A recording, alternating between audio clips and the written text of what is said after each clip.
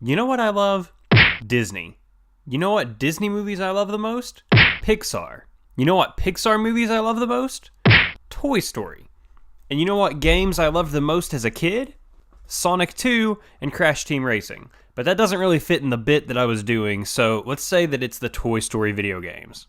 Toy Story was all I talked about as a child. I had Buzz Lightyear footy pajamas and made people call me Andy because I wanted to be the kid whose toys came to life. There's still tubs of Toy Story toys at my parents' house, and when I heard that there was a Toy Story 2 coming out, I didn't understand what it was because I didn't know what sequels were, and I was like, there's no way there's another Toy Story movie. But after I learned what it was, I was stoked. I can remember my dad telling me that there was going to be a video game for the movie, and it just made me so ecstatic. And this was around the same time I started being semi-competent at video games.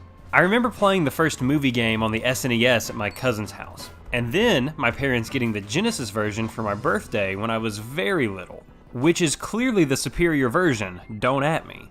I would get so frustrated at the level where you drive RC that I would weep and pitch a fit, so my dad had to come beat that level for me. I was a really cool 4-year-old. And so on the day that I got Toy Story 2 Buzz Lightyear to the Rescue, I played what I thought was the coolest video game of all time.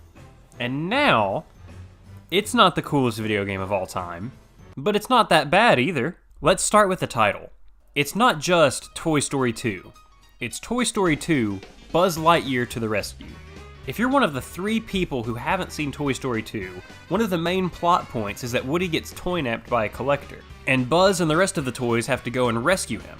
And because kids probably wouldn't have liked a game where you play as Rex, Mr. Potato Head, Ham, and Slinky, which in retrospect seems like a wicked type of game, Buzz is the only toy you can play as in this game. And the game kind of struggles with an identity crisis. After booting up the game, going through the company logos, reminiscing about that awesome Activision intro, and being super nostalgic for Disney Interactive and Traveler's Tales logos, you're greeted with Toy Story 2. Press start, and then you see what looks almost like a completely different title screen for a different game. Complete with Buzz Lightyear to the rescue, and his smug grin flying towards you. It doesn't look bad, it's just weird. It's like they made the title screen, then realized, oh hey, we've got to make this game about the new movie. Throw that on there real quick, make Woody, who doesn't even appear in the game at all aside from the very last level, wave at the player, and then call it good. This game is kind of a basic collectathon platformer for a movie tie-in. And for a movie tie-in, it's pretty detailed and fun. See, there was this time before the mid-2000s where movie-based games weren't always disappointing and cheap money grabs. Back then, they were actually decent games, and probably maybe decent money grabs. Toy Story was everywhere back then. There's no way they didn't take into consideration how much money this was gonna make. Buzz moves around just about how you would expect Buzz Lightyear to move, like an action figure. He's a little tanky, but it fits. He's got this double jump that actually seems like it makes sense by using his wings to get a little extra height. Buzz's laser is an actual weapon here, which is terrifying that this Buzz is able to shoot super hot lasers at will, but they had to give him something offensive. Buzz can also spin around with his wings, which I don't remember from the movies at all, but this serves as an extra attack to take down enemies that can't be beaten by your standard laser. I say standard laser because there's a power-up that you can find in most of the levels that gives Buzz a supercharged laser. This one works like a laser fully charged without having to wait to charge it. And you can just blast these super lasers on the fly, endlessly until that meter runs out. Each level has 5 Pizza Planet tokens that you need to find to move on to the next level. You don't actually need all 5 tokens, there's a set number you need to advance to the next level, but it can be advantageous to get all the tokens you can in each level, so that you can skip some tokens that may be harder, or ones that you just flat out can't get on your first playthrough of the level. The tokens don't really make much sense as the barricades to the next level. They're not like the stars in Mario 64 or Jiggies in Banjo-Kazooie. These are just magical items solely for the sake of giving the player something to collect in each level. While that may be kind of lame, you gotta just accept it and move on. This is a game about toys. If you're that critical, you might need to step outside and enjoy the sunshine, because games about toys clearly aren't for you. There's multiple ways to get the tokens too. There's races, time trials, mini-bosses, fetch quests, and sometimes just random tokens placed through the levels after sort of gauntlet-style parts. At the end of each level is a neat little screen that shows how many coins you got in the level, and which tokens you were able to get. There's unfortunately no way to view this screen during the level, and I got stung by this in a situation I'll talk about in a minute.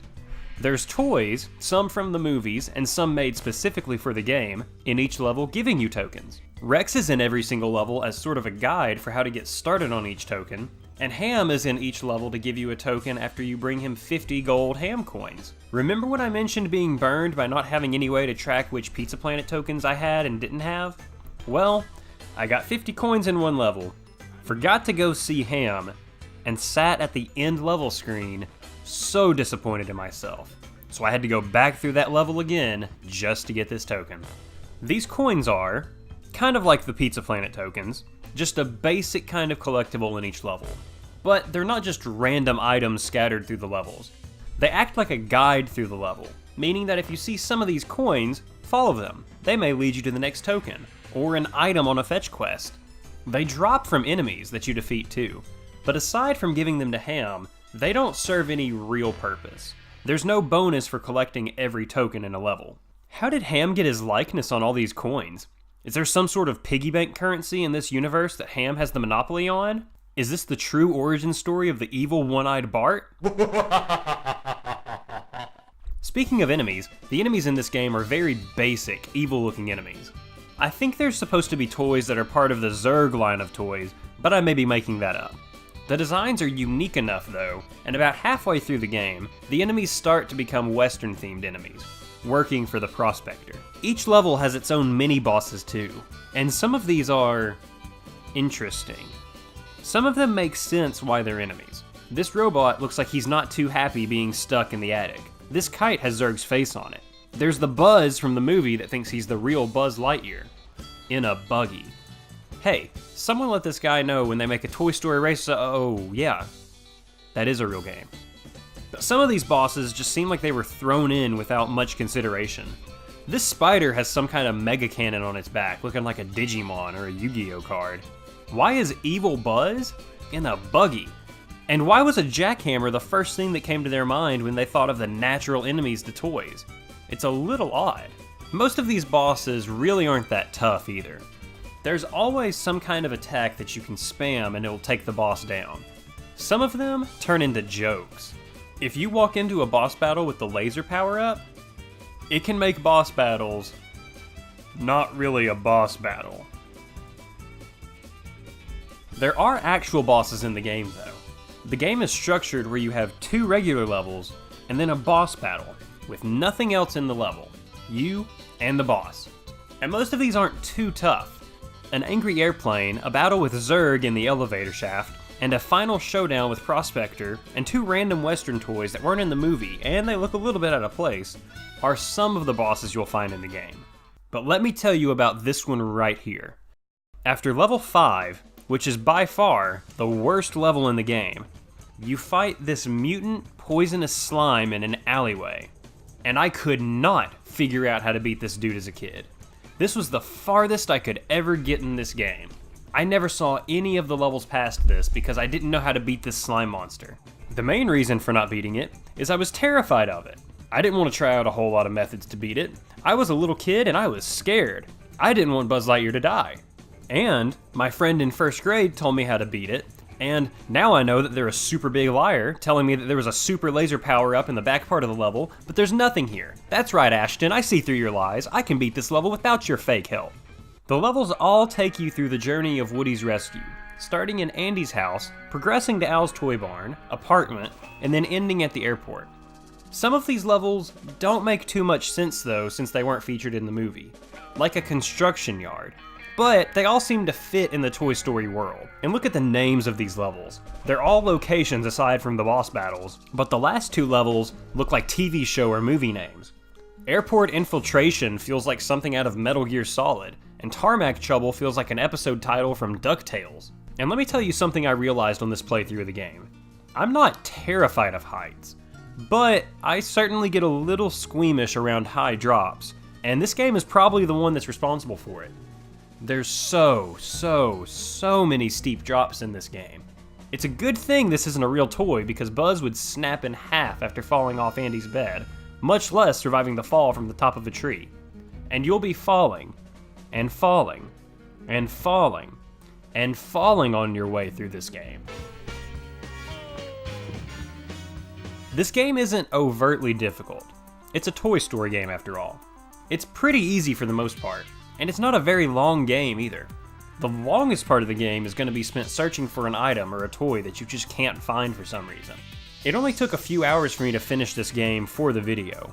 It's a good first platformer for kids or people unfamiliar with games. It's a solid game. It's one that I'm super nostalgic for, but it's really not much to write home about. If you played this game growing up, you should probably give it a look again. Take a trip down memory lane. If you never played this game, you're probably going to be alright just watching this video on the game, watching some speedruns, then tucking it away, knowing that the kids of the early 2000s had a fun platformer to play. It's really cheap on the PSN store though. Only on PS3 though. I really don't understand why they haven't put the PS1 games on PS4 for download yet. But if you still have your PS3, you might want to give it a look. And I don't know how to end videos. Here's Zurg violently exploding after beating him. You are mine, Buzz Lightyear. Not today, Zurg. Mine, Lightyear.